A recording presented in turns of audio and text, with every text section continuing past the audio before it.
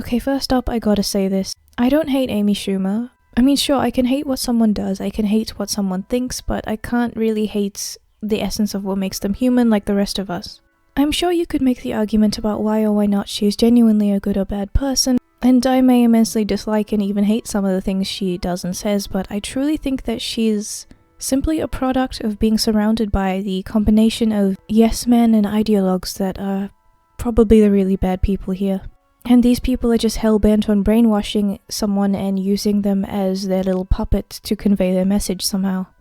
She's clearly trying to hang on to these things that she's been told are gonna make her happy, like this fat acceptance and all of that sort of stuff, and she's clearly not happy. But she's been told to think that these things are gonna help her and she keeps going. If I may play armchair psychologist for a minute. I mean, when she's clearly showing that it does bother her, she says it doesn't bother her and she doubles down. It's kind of like you get that stereotype of a homophobe who turns out to be gay, but they just had trouble with it because of deep religious indoctrination.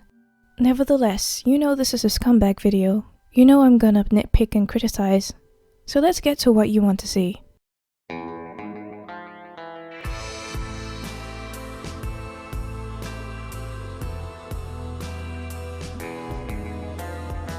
The best way to really understand the type of person Amy Schumer is to maybe start with the Netflix special, the Leather special, and try to look at the reactions to that and basically what she did. So Amy had this thing called the Leather special, which is her joke about how she decided to do the thing that all comedians do where they decide to wear leather and regret it later. You might think that this is going to be a gimmick for the entire thing and that maybe she's going to be criticizing and being nostalgic for the evolution of comedy and different comedians that were her influence. Honestly, despite her being Amy Schumer, not exactly being funny in a lot of aspects, it would have been okay if she did that. I mean, I might have even laughed at it, but no. She immediately does the joke about the Leather special being something that comedians always regret, and then she immediately afterwards, and for the rest of the entire thing, starts the usual I'm gross and I have a vagina thing. Love him or hate him, Steven Crowder did a reaction to this in which he timed how long apart each of the pussy jokes were and how much she relies on them. In the first 10 minutes, the pussy jokes are only like 30 seconds apart. That's how close they are, that's how much she relies on them. Hold things back, you don't usually, you kind of minority report your own pussy, just, you get in, it's like Stranger Things, you just kind of get in, gotta find Barb, guys. Do we pause this? Is this all the same bit? This is unfortunately noteworthy. As someone who also had to suffer through the special while I was trying to write for this video, I can confirm that's true. I kind of want to die a little bit. Another thing to note is that whenever she stopped talking about the state of her vagina or sex or anything like that, the audience pretty much stops laughing. I mean, seriously, it really does drastically drop. There are a few scattered laughs, but there's a big drastic difference. She started talking about gun control and some other stuff, and it was the pretty standard thing you'd expect, and it was more of a kind of virtue signal. Again, regardless of what you think about guns and whatnot, just the way that she said it, it was just really empty sort of stuff. She did the kind of generic politicians are stupid bit where she never really said anything, and there were a couple obligatory laughs and a couple claps, and I know someone fell off their chair and made a grunt, and maybe I thought that was a laugh. And you could see Amy saw this too, because as soon as she did what she could and did her obligatory, politics bit, she started up the pussy jokes pretty much immediately. As much as I was not enjoying the special, I did start to feel a little bit bad for her. And then she said that everyone who gave the special a 1 out of 5 were alt-right trolls and I lost all my sympathy. See, Amy's one of those people who will want everyone to talk about her and says she's fine with it and that it gives her power, but when she gets what she asks for, she says that they're obsessed with her. This is like rice gum levels of stupid. So she gets a bunch of ordinary people disliking her special because they just don't like it, and it makes no difference because no one cares. And then suddenly she makes comments about the alt-right, and what do you know, everyone in the progressive media can't get enough of her now. She says she's feeling brave and stunning because of all the trolls and the evil conservatives, but when you look at the actual reviews...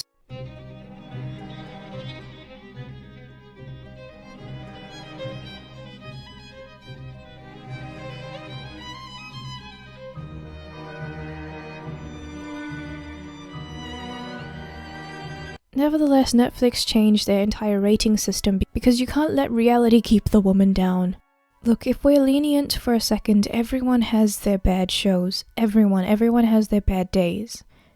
And everyone has at least some means of potential and some means of improving it. But even though some people think this about a lot of people, why is it so difficult to think about this when it comes to Amy? One of the biggest reasons is because it's difficult to see if she stole the joke or not if you find it funny. If she is genuinely funny for a moment, you really do have to double check because that's probably the case.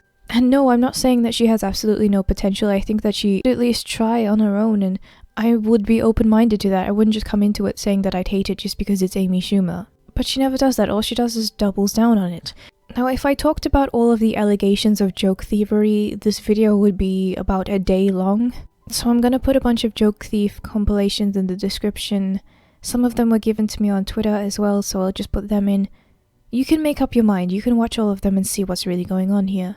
So if we move on, you know all of the vagina jokes and the my vagina smells like a barnyard animal, which is something that she said in the special, and all that. Well, imagine my shock Paul Joseph Watson meme.mp4 when I found out that the feminist comedian who sells herself as a slut and puts men down can't take a joke that is made going along with her own joke when it's made by someone else, let alone a man. Yes, we are talking about the Jackson Murphy tweet backfire, if you remember that. So in the Critics' Choice Awards, there was a kid named Jackson, apparently about 17 years old, critic from a website called Lights Camera Jackson, and he ended up taking a picture with Amy, and his dad was there at the time, whatever, and he sent Amy the tweet, "Spent the night with Amy Schumer, certainly not the first guy to write that." So it was obviously a joke, and it was actually pretty tame, honestly. I mean, he could have said a lot of things that were more accurate to the type of jokes that she tells. She has said worse about herself.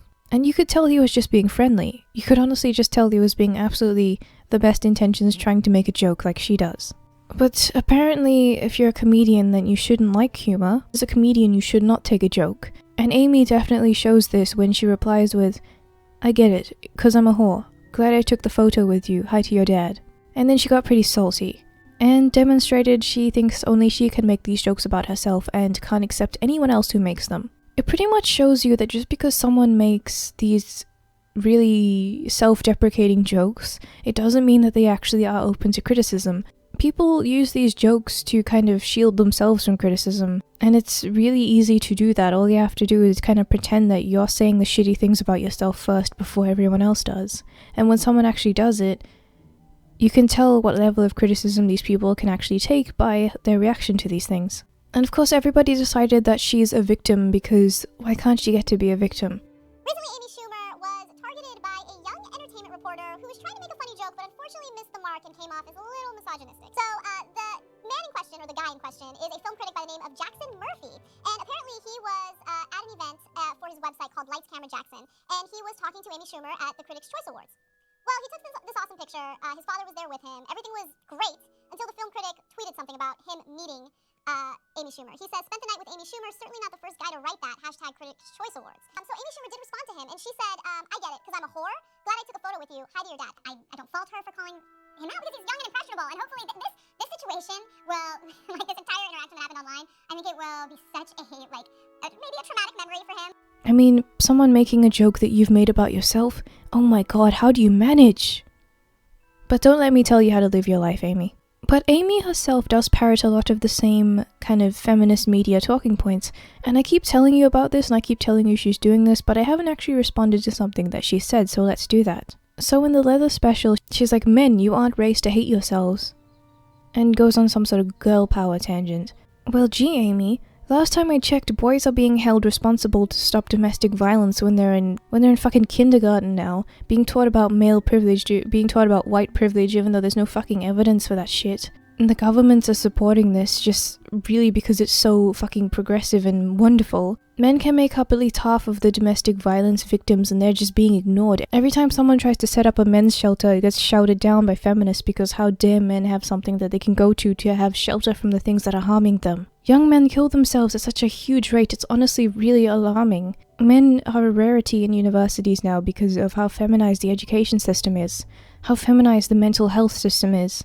If you're a woman, all you have to do is say that you're a victim and you're a feminist, and you get your entire future handed to you on a silver platter in the Western world. And you are seriously entitled enough to think that men are the ones who have it easy. Especially being a comedian, not even just being an ordinary person, or even just like a feminist blogger or something. You're a comedian and an actor, you have the entire world just to do whatever the fuck you want, and you think that men have it better than you. Are you gonna tell me that a homeless man on the street has more privilege than you just because he has a penis? Oh my god. She also talks about how she put up a picture of herself in her underwear and starts rattling off about how the women in the audience clapped, and how she was basically kind of pissed off that the men didn't clap. But see, the thing is, you constantly talk about how gross you think you are, and how your vag smells like a barnyard animal, and how big it is, and how many men have been in there, and you think that this is something that's empowering to you, and if it is, good on you, that's fine, I don't give a shit. But don't expect people to find that attractive. I mean, I'm sure some people might, but the vast majority don't seem to. I mean, if it's good for you, then fine, but don't force other people to think so. Don't get pissed off when people don't like someone who says by their own merit that they're disgusting. So she also manages to work in some shit about how women get paid less. So she got pissed that Dave Chappelle and Chris Rock got paid more than her. What she fails to understand is how anticipated those performances were from those guys, regardless of gender. They each took a really long break, they each had a big established career as basically masters of comedy with huge positive ratings, and then they were suddenly coming back to do a show. Do you not understand why so many people would absolutely love to see them? And why they would get paid more, because it's a big deal regardless of gender, but of course no one cares about regardless of gender. If I may play armchair psychology again, I do honestly think that things like trolls and whatnot really do get to her. I mean, I've mentioned this before, but let's kind of give an example here. On Jimmy Kimmel, she says someone on Twitter called her a sack of potatoes, and she acts like it doesn't get to her, but it really does. She looked really bitter about it, and she was just making fat jokes. Had a really fast rate, honestly. Just fat jokes, bitterness, self-deprecation.